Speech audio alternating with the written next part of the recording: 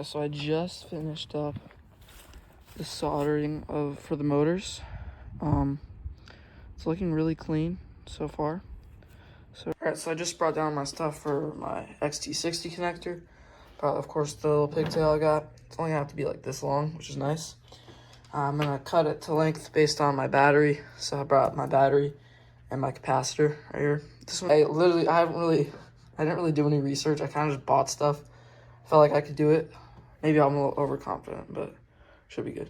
Okay. All right, here we go.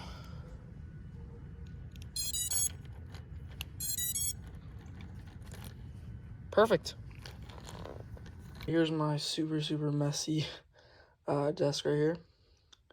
So I ended up taking this plastic part out of the antenna, and the way I left the little piece right here to kind of secure it down into this mount. See how it's like kind of right there still? So I carefully cut around it, and then I make like a little cut, and then it can move up and down, and then I went down the middle and kind of sliced it. And then, so I went from this bendy little support right here that I don't really need because I'm only going to really be exposing this part.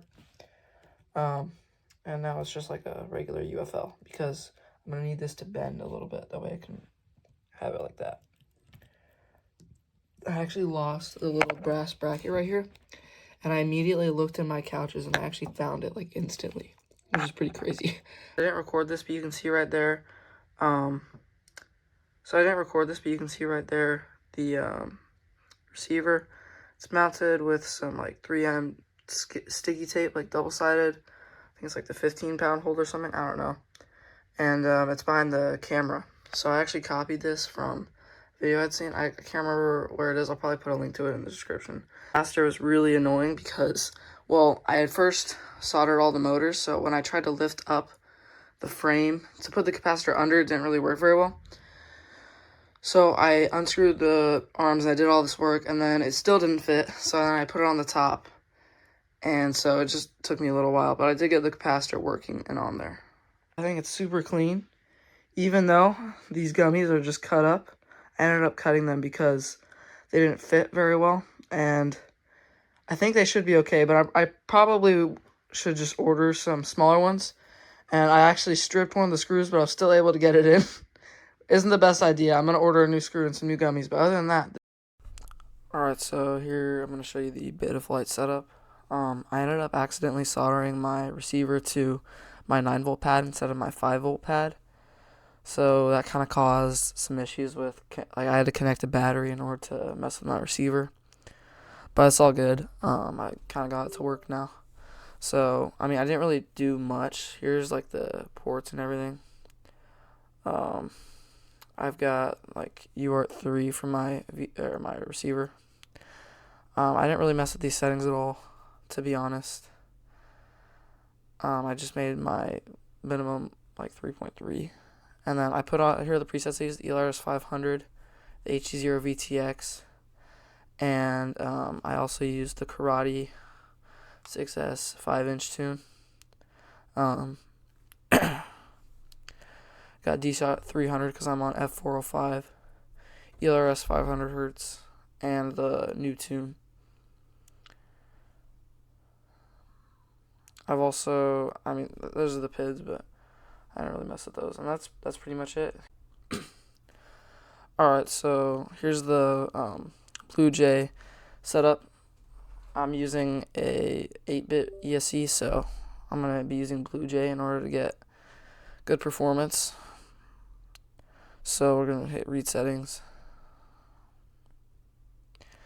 Basically, I flashed Blue Jay 48 kilohertz. I'm going to turn up the max startup power because turtle mode isn't working without it being pretty high. Just don't set it too high because you could burn out your motors. Yeah, that's pretty much it. Just make sure you're on Blue Jay 48 kilohertz. Gets you pretty good performance. By the way, all the parts will be in the description for this build. Well, that's pretty much it. I'm just gonna finish editing the video now, and I'll throw up some DVR. Hope you guys enjoyed. And again, if you want to build this, there's a build list in the description.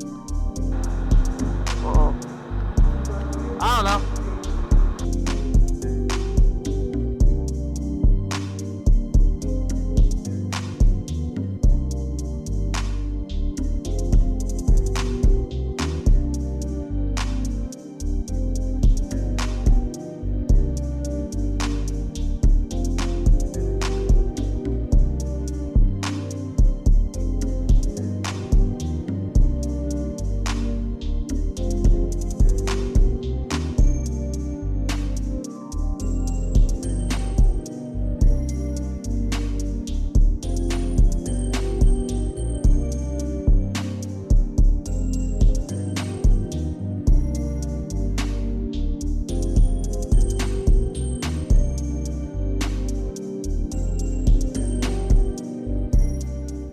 So I had a lot of fun taking this on a trip. This is a couple weeks after I built it that I'm recording this.